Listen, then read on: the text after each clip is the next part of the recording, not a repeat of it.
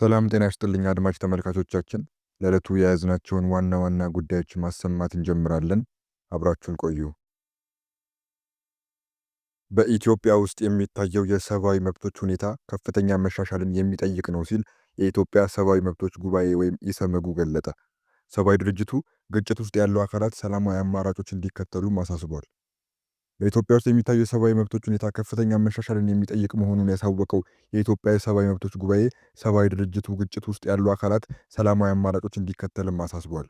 በጎርጎሮሳውያኑ ታኅሳስ 10 የተከበረውን 77ኛው የዓለም አቀፍ የሰብአዊ መብቶች ቀንን በማስመልከት በሀገር ውስጥ ተዘዋውሮ የተፈናቃዮች ሁኔታንና በቁጥጥር ስር የሚገኙ የተጠርጣሪዎችን አያያዝ መመልከቱን በመጠቆም ይስተዋላሉ ያሏቸውን አሁናዊ የኢትዮጵያ ሰብአዊ መብት ሁኔታ ሪፖርቱን ይፋ ያደረገው የኢትዮጵያ ሰብአዊ መብት ጉባኤ ዓለም አቀፋዊ የሰብአዊ መብት ቀን በሚታወስበት በአሁኑ ወቅት ኢትዮጵያ ውስጥ ልዩ ልዩ የሰብአዊ መብት ጥሰቶች ይፈጸማሉ ብሏል።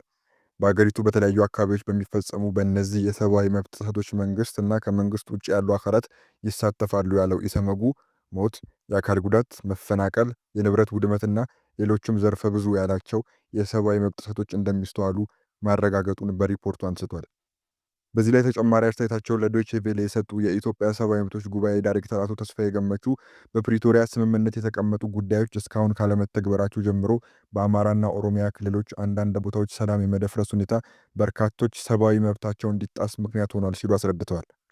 የሰብአዊ መብት ጥበቃዎችን የተሟላ የሚያደርጉ ድርጊቶች በሚቀርቡት ምክረ ሀሳቦች ልክ በዋናነት ኃላፊነት ባለው መንግስት በተሞላ መልኩ አልተፈጸመም የሚል አስተያየታቸውን ያከሉት አቶ ተስፋዬ ከቅርብ ጊዜያት ወዲህ በቡድንና በተናጠል ወደ ሰላም የሚመጡ ታጣቂዎች ጉዳይ ግን በአዎንታዊ መልኩ የሚታይ እንደሆነ ተናግረዋል።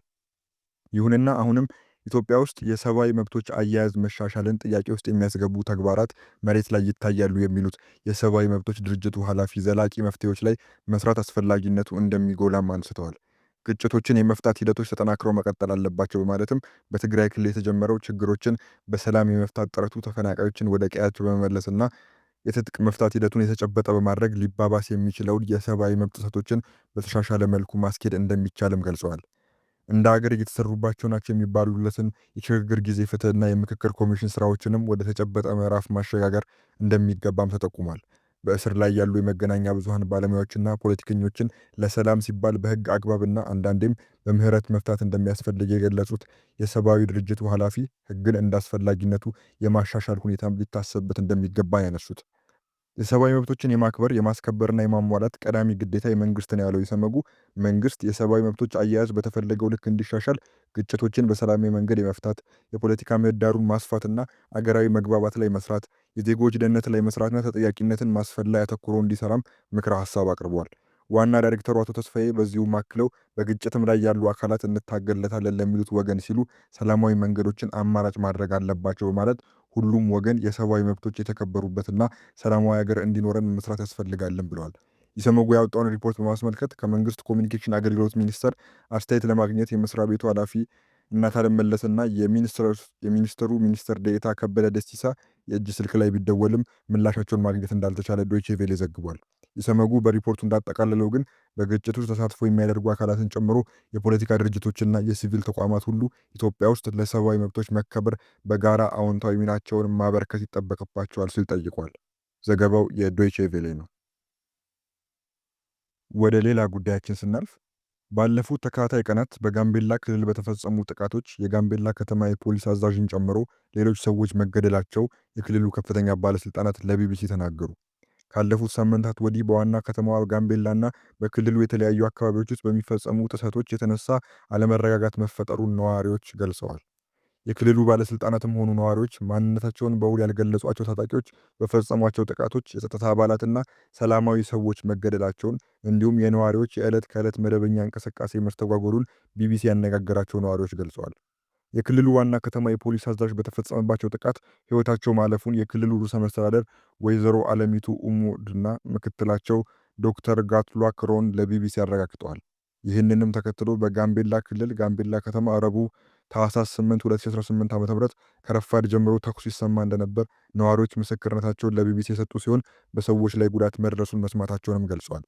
የጋምቤላ ክልል አስተዳደር ረቡዕ ምሽት ባወጣው መግለጫ የክልሉ ህዝብ ሰላም እንቅልፍ የሚነሳቸውና ግጭትና የሰው ሞት የሚያስደስታቸው ያላቸው በስም ያልጠቀሳቸው ኃይሎች ከሰሞኑ የጋምቤላ ከተማን ጨምሮ በሌሎች ወረዳዎች ትርምስ ፈጥረዋል በማለት የተከሰተውን ሁኔታ ገልጾታል። ጨምሮም እነዚህ ኃይሎች ሰዎችን በመግደል ተሽከርካሪዎች ላይ ጥቃት በማድረስና ህይወት እንዲጠፋ በማድረግ የጸጥታ አካላትና አመራርን ኢላማ በማድረግ የተለያዩ ሙከራዎችን ማድረጋቸውን ገልጿል። መግለጫው የከተማዋ ፖሊስ አዛዥን ግድያ ባይጠቅስም የጸጥታ አካላትና አመራር በማለት በፖሊሶችና በአዛዡ ላይ የተፈጸመውን ግድያ አመላክቷል። ቢቢሲ ረቡዕ እኩለ ቀን ላይ ያናገራቸው የክልሉ ርዕሰ መስተዳድር ወይዘሮ አለሚቱ ዝርዝር መረጃ ባይሰጡም ግድያውን ግን አረጋግጠዋል። እንዲሁም አመሻሽ ላይ ቢቢሲ ያነጋገራቸው ምክትላቸው ዶክተር ጋቱላክ በፖሊስ አዛዡ ላይ ግድያ መፈጸሙንና ጥቃት ፈጻሚዎቹን ለመያዝ የጸጥታ ኃይሉ ክትትል እያደረገ መሆኑን አመልክተዋል። ከዚሁ የከተማዋ የፖሊስ አዛዥ ግድያ ጋር በተያያዘ ድርጊቱን ፈጽሟል በሚል የተጠረጠረው አንድ የፖሊስ ባልደረባ እንደሆነ ተነግሯል። በተፈጸመው ጥቃት ተጠርጥረው በጥቆማ የወጡት ፖሊሶች ናቸው ያሉት ጋትሏክ እስካሁን ድረስ በቁጥጥር ስር የዋለ አለመኖሩን ተናግረዋል። ምክትል ርዕሰ መስተዳደሩ ጥቃት ፈጻሚዎቹ በቡድን መጥተው ነው ጥቃት ያደረሱት በማለት ከግጭቱና ከጥቃቱ ጋር በተያያዘ የሚጠረጠሩ የክልሉ የጸጥታ ኃይል አባላት የታጠቁትን የጦር መሳሪያ እንዲያስረክቡ መደረጉንም አመልክቷል። በጋምቤላ ክልል የተከሰተው አለመረጋጋት ቀናትን ያስቆጠረ ሲሆን በሌላ ጥቃት አንድ የባንክ ስራ አስኪያጅ እንደተገደሉና በግድያው ተጠርጥሮ የተያዘው የፖሊስ ባልደረባ እንደሆነ ምክትል ርዕሰ መስተዳድሩ ተናግረዋል። የባንክ ስራ አስኪያጁ በተገደሉበት ዕለት ከአቦል ከተማ ወደ ጋምቤላ ከተማ ሲጓዝ በነበረ አንድ የወረዳው ፒክአፕ መኪናና አምቡላንስ ላይም ጥቃት መፈጸሙን ገልጸዋል። በጥቃቱ ወደ 4 ሰዎች ተገድለዋል፣ የቆሰሉም አሉ። ከዚያ በፊትም መኪና ላይ ጥቃት ተፈጽሟል። መንገድ ላይ ወደ 3 መኪና ላይ ጥቃት ደርሷል ብለዋል። በሁሉም ተሽከርካሪዎች ላይ ጥቃት በመፈጸም የተጠረጠሩ 2 ሰዎች በቁጥጥር ስር መዋላቸውንም ገልጸዋል። የጋምቤላ ከተማ የፖሊስ አዛዥ ግድያ የተፈጸመው በክልሉ የተለያዩ አካባቢዎች ለቀናት የዘለቁ ጥቃቶች ከተፈጸሙና የባንክ ስራ አስኪያጁ ከተገደሉ ከቀናት በኋላ መሆኑንም ተናግረዋል። እነዚህ ጥቃቶች መፈጸማቸውን ተከትሎ ረቡዕ ወጣቶች ተነስተው እንደነበር በመጥቀስ ብሔርን መሰረት ያደረገ ጥቃት እንደመፈጸሙም አብራርተዋል። ግጭቱ ተነስቶ ወደ ብዙ አካባቢዎች ተስፋፍቷል ያሉት ምክትል ርዕሰ መስተዳደሩ በተለያዩ ማህበረሰቦች ላይ ጥቃት ተፈጽሞ ጉዳት ደርሷል ብለዋል። ነገር ግን በሰውና በንብረት ላይ የደረሰው ጉዳት ባለመጣራቱ መረጃው እንደሌላቸው ገልጸዋል። ይህ የክልሉን ሰላም እየፈተነ ያለው ጥቃት የተፈጸመው በማን እንደሆነ የተጠየቁት ጋቱላክ ጥቃት አድራሾቹ በተደራጀ ሁኔታ የሚንቀሳቀሱ አለመሆናቸውን ተናግሯል።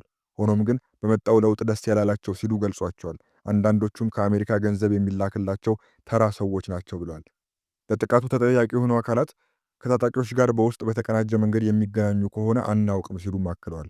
በያዝነው ዓመት በሙሉ በትንሹ ችግር ነበር ያሉት ምክትል ርዕሰ መስተዳደሩ የዚህ ሳምንት በአጠቃላይና በተለይም ረቡዕ ዕለት ያጋጠመው በጣም የከፋ ሆኗል ሲሉ ለቢቢሲ ገልጸዋል።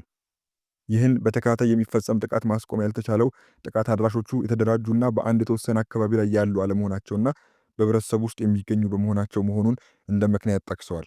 የጋምቤላ ክልል ረቡዕ ምሽት ባወጣው መግለጫ ተጠርጣሪዎችን አድኖ በመያዝ ላይ እንደሆነና በርካቶች በቁጥጥር ስር መዋላቸውም ተመላክቷል።